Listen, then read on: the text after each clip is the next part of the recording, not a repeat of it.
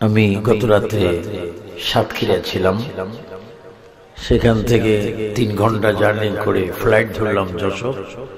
যশোর থেকে ফ্লাইটে ঢাকার থেকে পর্যন্ত এসে আবার আমাকে এখান থেকে দেবিদ্যার প্রোগ্রামে যেতে হবে।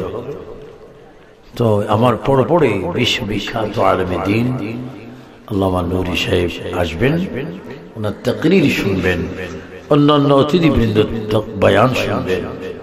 তো প্রথমে 13তম সুন্নি সম্মেলনে আমার বক্তব্য শুরুতে আল্লাহর প্রশংসা করছি, যিনি আমাদেরকে দীর্ঘ 1 বছর পরে আবার সেই মাদ্রাসা মাঠে শ্যামবাড়ি এই আপনার ইসলামিয়া দাখিল মাদ্রাসা ময়দানে এনেছেন, বসেছেন প্রিয় হাবিব আকরাম নূর মুজাসসাম ফখরে আদম, যিনি মক্কি ও মদনী হাশমি ও কুরাইশি, যিনি तमाम আম্বিয়া کرامের ইমাম, যিনি সকল সৃষ্টির মূল, যিনি আল্লাহ তাআলার বন্ধু,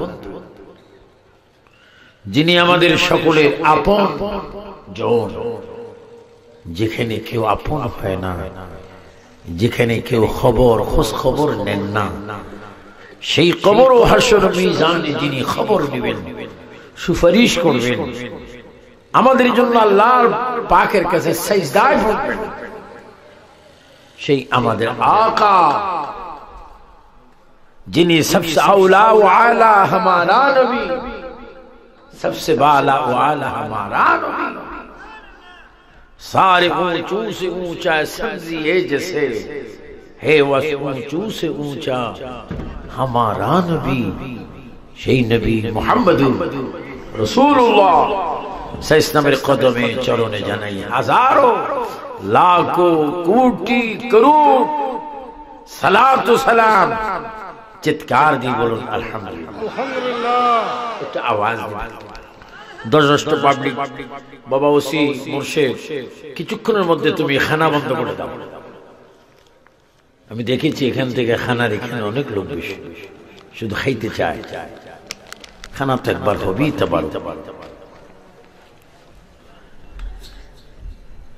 যে আমরা এক ঝাঁক মানুষ আজকে এখানে এসেছি, আমাদের জানা উচিত আমরা জীবন থাকার কারণে মাহফিল পর্যন্ত পৌঁছে গিয়েছি, কিন্তু কোন মুহূর্তে কখন মৃত্যুর পরওয়ানা আমার আপনার প্রতি জারি হয়ে যায় সেটা আমরা জানি না।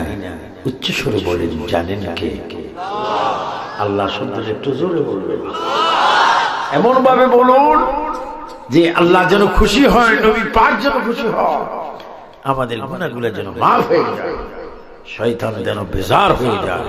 চিৎকার দিয়ে বলেন, আমার আপনার মৃত্যুর খবর জানেন কে?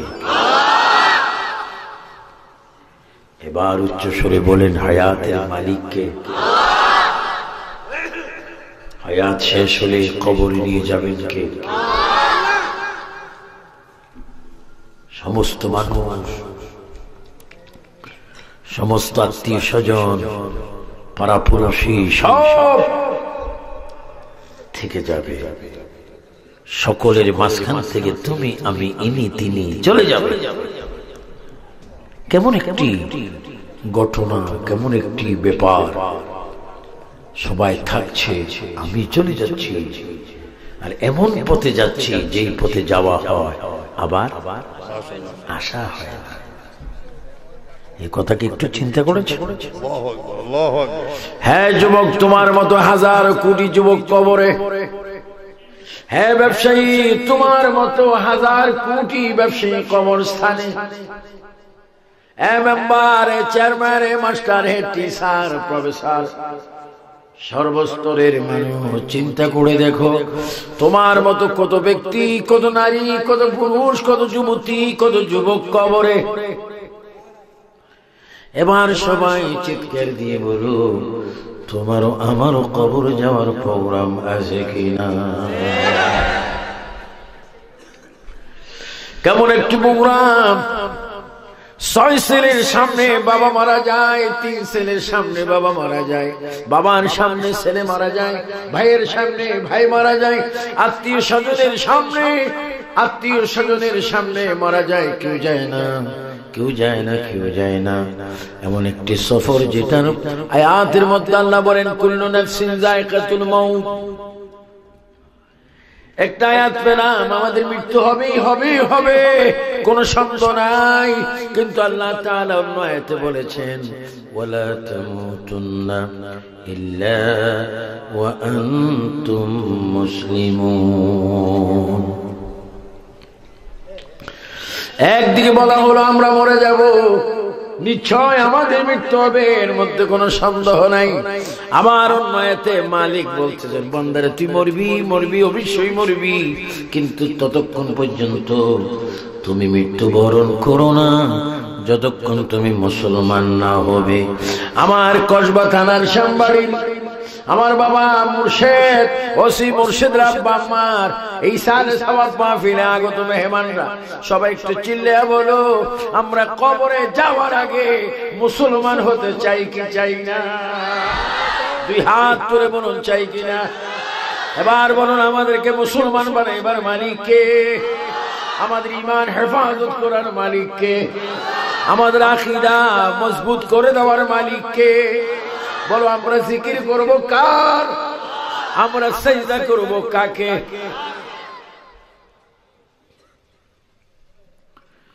এজন্য কোন এক কবি বলেছেন দিন কে সূরজ ডুব রাহা है हम लोगों के सामने, दिन के सूरज डूब रहा है हम लोगों के सामने, रुझ हशर में क्या जवाब है मुस्तफा की सामने। তুমি সকাল দুপুর সন্ধ্যা সব সময় তোমার অতীত হয়ে যাচ্ছে, বিয়োগ হয়ে যাচ্ছে। তুমি কি করে তোমার দিন শেষ করছো? কি করে তুমি রাত যাপন করছো? কি করে তুমি সকাল বেলায় উঠে ঘুম থেকে জাগ্রত হয়ে এই 12টি ঘন্টা তুমি কিভাবে কাটালে? রাত্রের 12 ঘন্টা কিভাবে কাটালে? একদিন যখন তুমি হাসরের ময়দানে উঠবে আমার দয়াল নবীর সামনে তুমি কি জবাব দিবে? ও শ্যামবাড়ির ভাইরা, কসবা থানার ভাইরা, জোরে জোরে বলো আমরা প্রিয় নবীর চেহারা মোবারক দেখার ইচ্ছা আছে কিনা? ডান হাত তুলে বলো আছে কিনা? 3 বার বলো দাও ইয়া রাসূলুল্লাহ। আরো জোরে হবে, 2 হাত তুলে হবে। আমরা নবীর চেহারা মোবারক দেখলে কি গুনাহ হবে না গুনাহ মাফ হবে? এজন্য প্রিয় ভাইরা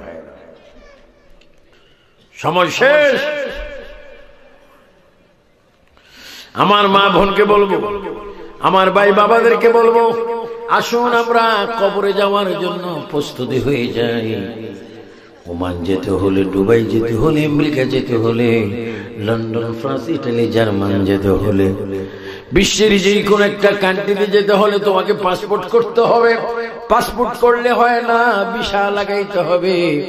আবার ভিসা লাগাইলে হয় না, সেটা জাল ভিসা মুক্ত হতে হবে। তুমি যদি বাংলাদেশটা ছেড়ে, কসবা ছেড়ে, শ্যামবাড়ি ছেড়ে একদিন কবরের যাত্রী যদি হয়ে যাও, তোমার মধ্যে একটা জিনিস লাগবে, একটা বিষয় লাগবে। সেই বিষয়টুকু হচ্ছে আমার নবীর আদর্শ সংযুক্ত নবীর ভালোবাসা। কার ভালোবাসা? নবীর ভালোবাসা। নবীজি বলেন লা ইউমিনু আহাদুকুম হাত্তা কুনা হাব্বা ইলাইহি মিন ওয়ালিদিহি ওয়া ওয়ালাদিহি ওয়ান নাসি আজমাইন। কত সুন্দর কথা! নবীর হাদিসগুলি যদি আমরা একটু ফলো করি, নবীর হাদিস মোতাবেক যদি আমরা চলি, আমি একটা কদম দিব, এই কদমটা আমার কতটুকু নেক হবে, কতটুকু গুনাহ হবে আমাকে একটু খেয়াল করতে হবে। মসজিদের দিকে যদি যাও সওয়াব পাবে, সিনেমার দিকে যদি যাও তুমি গুনাহ পাবে। এবার জোরে জোরে বলো আমরা কি সিনেমার রাস্তা চাই না মসজিদের রাস্তা চাই? মসজিদের রাস্তায় মসজিদে আল্লাহ আছে কিনা? আর সিনেমায় কে আছে? জোরে বলো না, কে আছে? তোমরা কি শয়তানওয়ালা না আল্লাহওয়ালা? কে কে আল্লাহওয়ালা? একটু দুই হাত তোলো, দুই হাত তোলো, দুই হাত তোলো। জোরে আমরা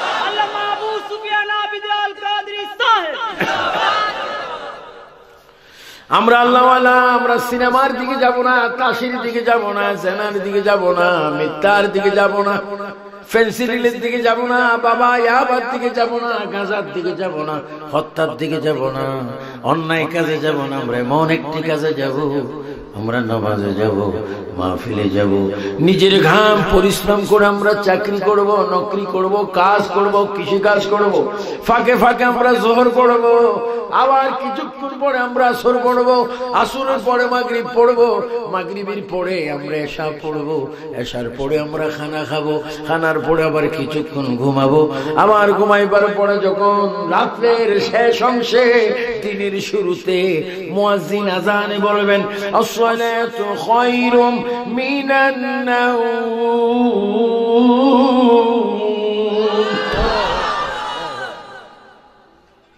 ঘুম হতে নামাজ ভালো, ঘুম হতে নামাজ ভালো।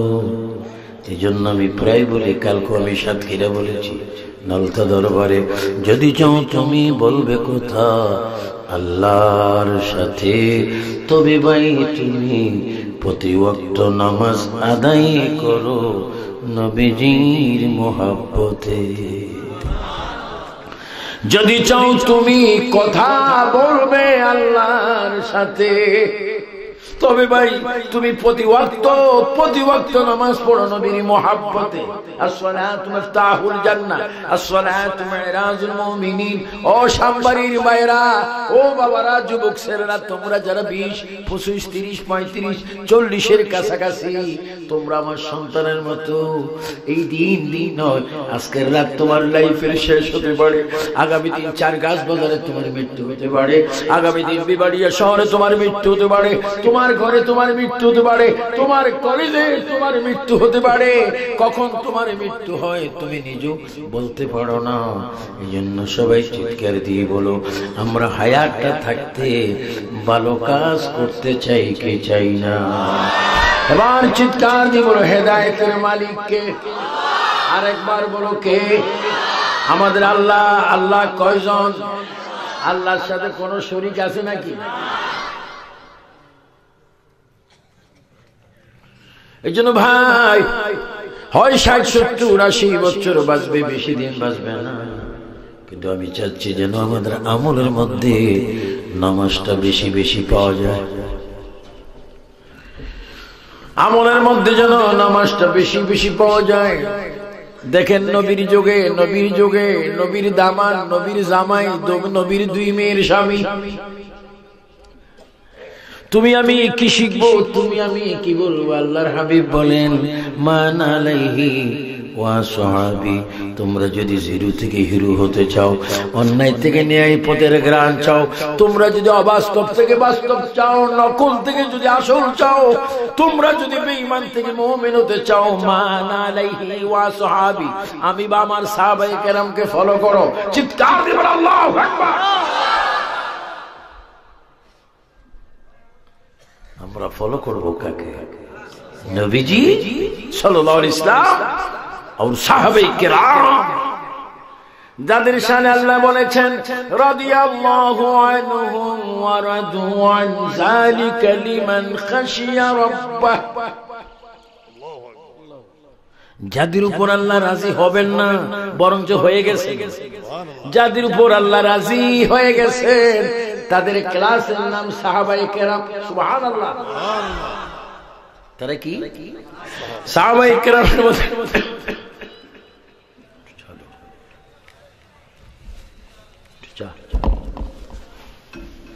সাহাবায়ে কেরামের মধ্যে লক্ষ অধিক সাহাবায়ে কেরামের মধ্যে শ্রেষ্ঠ 4 জন সাহাবী ছিলেন, আর 4 জন সাহাবী ছিলেন রাসূল করিম সাল্লাল্লাহু আলাইহি ওয়াসাল্লামের খলিফা। এদেরকে বলা হয় খলিফাতুর রাসূল। কি? খলিফাতুর রাসূল। আল্লাহু আকবার। মাশাআল্লাহ পেট্রোল হাউস হয়ে গেছে। আমি যখন ঢুকতেছিলাম জিরো হিরো হয়ে গেছে। আর যারা একটু কষ্ট করে দাঁড়িয়ে আছেন বসেন, আপনার মেহমান দাঁড়ানোর চাইতে বসা অনেক উত্তম। চারজন সাহাবী, ওই সাহাবীদের নাম সাইয়েদনা আবু বকর, সাইয়েদনা ওমর, সাইয়েদনা ওসমান গনি, জিন্নুরাইন, হযরত আলী মারতুল্লাহ। এই চারজন খলিফা, খলিফাতুর রাসূল। আবার এই চারজনের মধ্যে দুইজন হচ্ছে নবীজির শ্বশুর, আর দুইজন হচ্ছে সরাসরি নবীজির মেয়ের জামাই।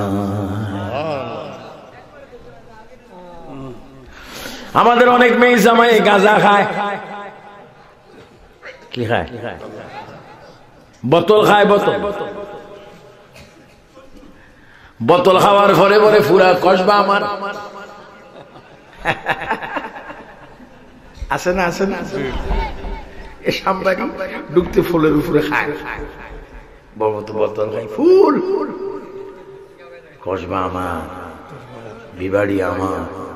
পুলিশ আই যখন একটা বাড়ি দেখো আমার কিছু নাই, ও কিছুক্ষণ আগেও বললি সব তো কইলে আমার দাবি না, বোতলের দাবি।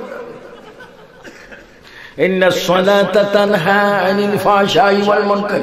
ও যুবক, তোমার জীবন সোনালী জীবন। ও যুবক, তোমার জীবন গোলাপি জীবন। ও যুবক, তোমার জীবন এমন হীরা মুক্তা জীবন। তুমি নামাজ পড়ো, নামাজ পড়ো, নামাজ পড়ো।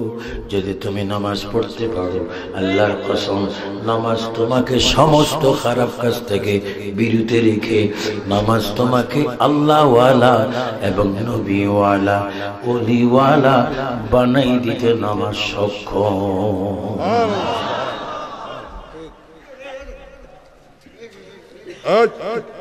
যুবকরা, ও যুবক, একটু আওয়াজ দিয়ে বলো নামাজ চাই কিনা। আওয়াজটা আর একটু বজ্র কণ্ঠ হবে, এমন ভাবে আওয়াজ দাও যেন শয়তান দূর হয়ে যায়। আবার বলো নামাজ চাই কিনা। দুই হাত তুলে বলো নামাজ চাই কিনা। এবার বলো নামাজ পড়ার হুকুম কার? আমরা সিজদা করব কাকে? সুবহান রাব্বিল আযীম, সুবহান রাব্বিল আলা বলে আমরা তাসবিহ জিকির করব কার? সুবহানাল্লাহ। ভাইরা আমার, আল্লাহর প্রিয় নবী, তু জাহানের বাদশা নবী, নূরানী নবী, কামলিওয়ালা নবীর চারজন খলিফা। মাঝখানে একটু আকীদার কথা যদি সভাপতি হিসেবে না বলি, আল্লাহর আদালতে আমাকে জবাব দিতে হবে। সবাই জোরে বলেন, মুহাব্বতে বলেন, আমাদের প্রিয় নবী মুহাম্মদ সাল্লাল্লাহু আলাইহি ওয়াসাল্লাম নূরানী নবী, নূর নবী। এটা আপনাদের বিশ্বাস হয় কিনা?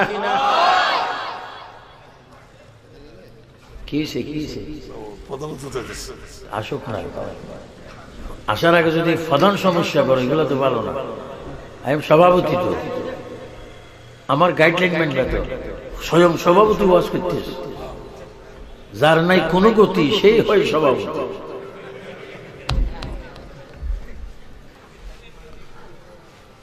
যত মেহমান আসবে অগ্রিম তাদেরকে ওয়েলকাম, আমিন বলুন। কারণ সময় কম, তো আমি চলে যাচ্ছি। গভীর মনোযোগ। নবীজির চারজন খলিফা। জোরে বলুন কয়জন খলিফা? কি বলতেছিলাম আমার ভাইয়েরা? প্রিয় নবীর চারজন খলিফা, চারজনের মধ্যে দুইজন নবীর শ্বশুর, সুবহানাল্লাহ, আর দুইজন নবীর জামাতা জামাই। শ্বশুর কারা? সাইয়েদনা আবু বকর সিদ্দিক শ্বশুর, হযরত ফারুক আযম শ্বশুর, হযরত ওসমান গনি জামাই, শের খোদা আলী মুর্তজা জামাই। জোরে বলুন মারহাবা। এই চারজন খলিফার মধ্যে একজন বড় খলিফা ছিলেন, বড় ধনী ধনী। ওনার নামের পরে একটা লকব ডিগ্রি গনি, ওসমান গনি। আর একটা লকব জিন্নুরাইন। আমার নিয়ে বলে, ওসমান রে, তুমি তো এমনি ধনী আছো, আর একটা তোমাকে আমি উপাধি দিয়ে দিলাম, তুমি আমার দুই মেয়ে শাদী করেছো, বিবি কুলসুম আর রোকেয়াকে শাদী করার পরে আমি নবী তোমাকে বললাম জিন্নুরাইন ওসমান, তুমি শুধু ধনী নয়, তুমি দুটি নূরের মালিক হয়ে গেছো।